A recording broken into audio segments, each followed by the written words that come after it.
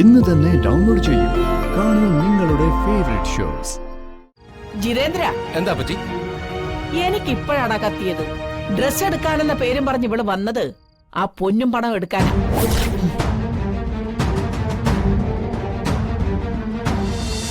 വന്ദന വന്നത് എന്തിനാണെന്ന് വെച്ചാൽ അത് ചെയ്യാനുള്ള സ്വാതന്ത്ര്യവുമുണ്ട്. അതിവിടെ ആരും തടയില്ല. ആരും.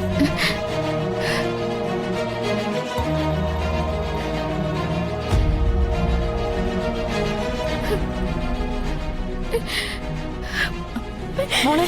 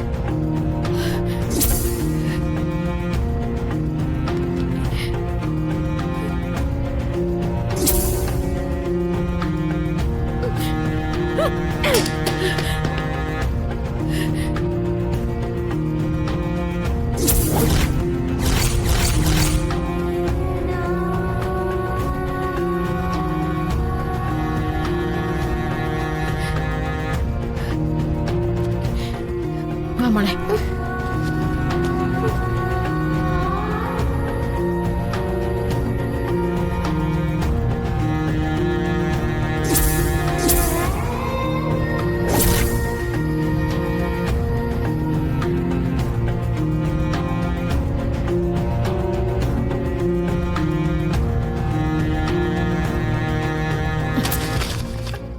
ചൊണ്ടിപ്പണ്ടാരങ്ങളൊക്കെ പുത്തി നിറച്ച് വന്നിരിക്കുന്നു പുറപ്പെട്ടു പോകാൻ. ഇനി ഇങ്ങോട്ട് കെട്ടിയെടുക്കില്ലല്ലോ. ഒരു പോക്കല്ലേ പോകുന്നത്.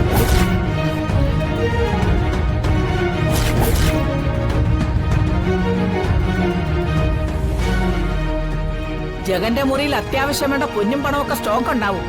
അതെവിടായിരിക്കുന്നെന്ന് ഇവക്കറിയാലോ. ജിതേന്ദ്ര, എന്താ പറ്റി? എനിക്കിപ്പോഴാണ് കത്തിയത്. ഡ്രസ് എടുക്കാനെന്ന പേരും പറഞ്ഞ് ഇവള് വന്നത് ആ പൊന്നും പണം എടുക്കാനാ.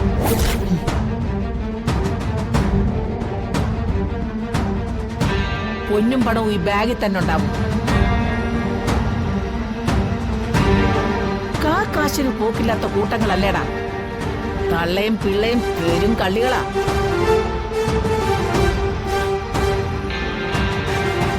ഈ ബാഗ് പരിശോധിക്കടാ.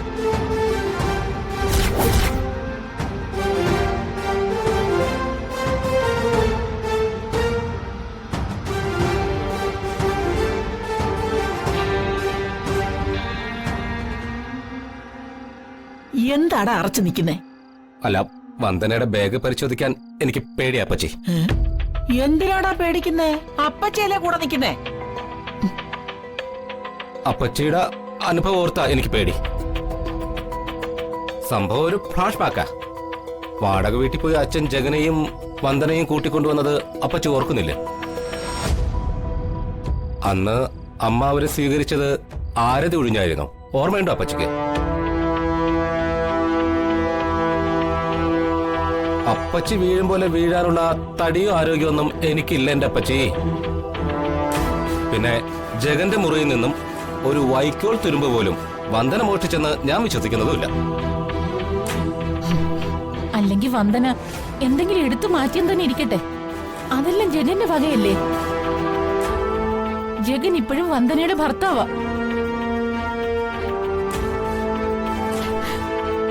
അവൾക്ക് അതിനുള്ള അവകാശമുണ്ട്. അതിനൊന്നും ആർക്കും നഷ്ടം തന്നേണ്ട കാര്യമില്ല. നഷ്ടമുണ്ടടി. എന്റെ സഹോദരന്റെ വിയർപ്പാത്. സഹോദരന്റെ വിയർപ്പിന്റെ അവകാശി ഭാര്യയായ ഞാനാ. എനിക്ക് വന്ദനയുടെ കാര്യത്തിൽ ഒരു പരാതിയില്ല.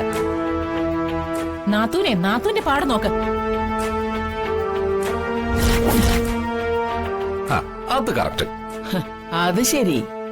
അപ്പൊ എല്ലാവരും ഒറ്റക്കെട്ടായിട്ട് നിന്ന് ആനന്ദവല്ലിയുടെ മേൽ ഏണിചാരുകയാണ് അല്ലേ?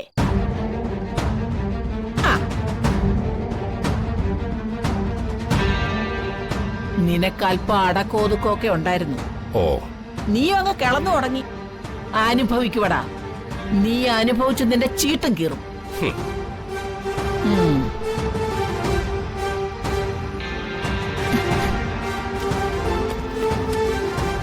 മോളെ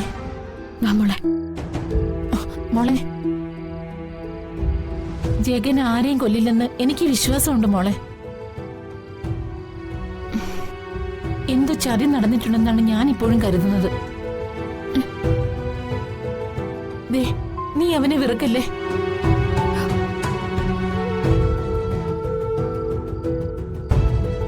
അല്ലെങ്കിലും കാറോടിക്കുമ്പോ അപകടമൊക്കെ സ്വാഭാവികമല്ല വന്ദനെ. മനഃപൂർവ്വം കൊന്നതല്ലല്ലോ. ജഗനും രാജീവും തമ്മിൽ മുൻപരിചയമൊന്നുമില്ല. അവര് തമ്മിൽ പൂർവ്വ വൈരാഗ്യവും ഇല്ല.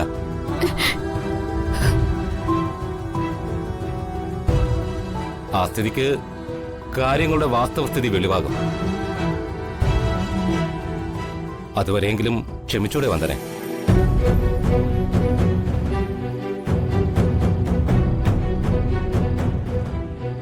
ഈ വീട് വിട്ട് പോകരുതെന്നാ ഞങ്ങളുടെ ആഗ്രഹം. താലി കെട്ടിയ പെണ്ണിന് വേണ്ടി വാടക വീട്ടിൽ കഴിയാൻ പോലും തയ്യാറായവനാ ജഗൻ. വർക്ക്ഷോപ്പിൽ മെക്കാനിക്കിന്റെ പണിക്ക് പോലും അവൻ പോയില്ലേ. നിനക്കും നിയമങ്ങൾക്കും വേണ്ടി ജീവൻ ബലിയർപ്പിക്കാൻ വരെ മനസ്സുള്ളവനാ ജഗൻ.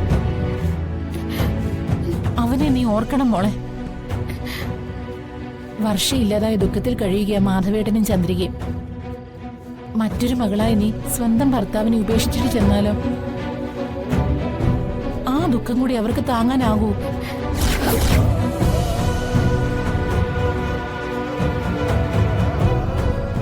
മാനത്തെ കൊട്ട